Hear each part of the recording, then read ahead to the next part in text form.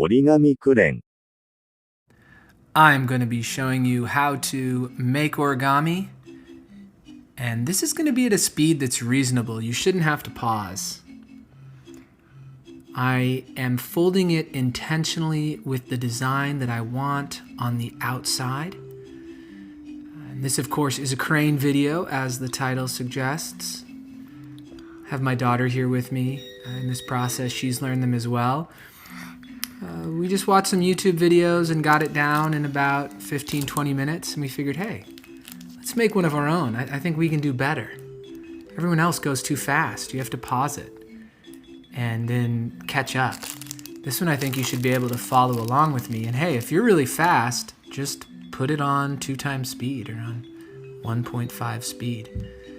Now, these initial creases are really important. I'm being very careful lining up the edges before I do my crease, because it's gonna keep your crane looking nice and neat on the edges. So you see how I'm lining up the corner at the end, and a few different strategies to get it really good. The one I find works the best is this sort of pulling down towards the crease. That lets you get the ideal crease the fastest if you line up the corner really good. And you'll note that this one I fold with the design I want outside. I fold it onto the inside, and that's because it makes the next step easier, and you'll see why in a second. It's not absolutely crucial that you fold this the opposite direction as the other folds, but it definitely helps. If you want to make it easier, you should fold it the opposite way, but if you want to make it harder, fold it the same way. Make it harder to do. Okay. But here you'll see right at this part how I turned it so now that opposite fold bends in while the other folds kind of bend out. And you can create that smaller square basically. I'm just going to show you this a few times so you can be there with me. All right, and this you're going to do to both sides. So you'll do this fold 4 times.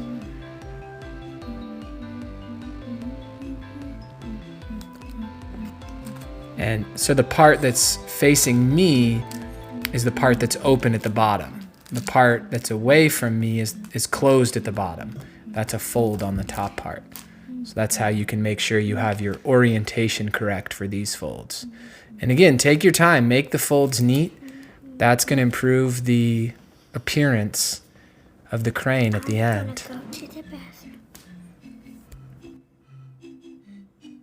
All right, while my daughter's in the bathroom, we're gonna keep doing this video without her. Not sure why she needed to notify you guys of needing to go to the bathroom, but hey, we're humans. We all need to go to the bathroom sometimes.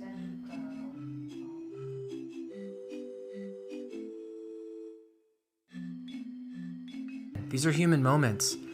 You're a human watching this, I bet. Maybe you're an AI who wants to learn to fold origami, but I bet you're a human and you also have to go to the bathroom sometimes.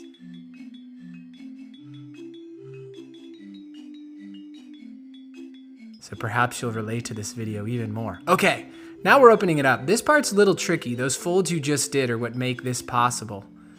And it should just kind of be direction of ease as you open it up and then fold in the sides. It just goes into this shape. Don't push it too hard in this point. You don't want to tear. You just find that ease to go into this position. And then obviously you create those creases really nice. Okay. Oh, it looks like my daughter's coming back from the bathroom, so she can join back in on commentary if she chooses. Hopefully you're still following along and you haven't had to pause. Put in the comments if the speed is good or not. All right, so again, this is a simple fold. This is kind of like what we did earlier, just that folding in, and you'll see that it's happening on the end where the 2 sides aren't connected down the middle, right? Down the middle, those 2 sides, you can kind of wiggle them back and forth like a couple legs, so that way you know you're using the right orientation for this fold. The part that I'm not folding up at the top is connected in the middle. Right, so we do that, and then we're going to open it up from the sides now. All right, We're kind of closing the front and opening up the sides. And this looks like a little animal kind of with horns, right? Maybe like a dragon or something. So then you fold that part all the way up till you hit resistance. Be careful, you don't want to do any tearing. And you're going to do that on both sides. And if you do tear it, I don't think you should use it. And there, yeah, I agree. Yeah. And there you fold it in. You gotta be real careful. Depending on how thick your paper is, this step can be hard. This is origami paper, so it's really good for this. You wanna get that fold right down the middle. This is really important that this last fold there be symmetric, especially if you're gonna use that end for the head. You got two ends to choose from. I would choose the end that has the cleaner fold to make into the head, because then it's just gonna look better. And you just, yeah, kind of fold it there and then pinch it in. It's pretty simple. Fold the wings down. And you can see how I angled the tail and the head slightly out when I put the crease in. It's pretty intuitive when you try it.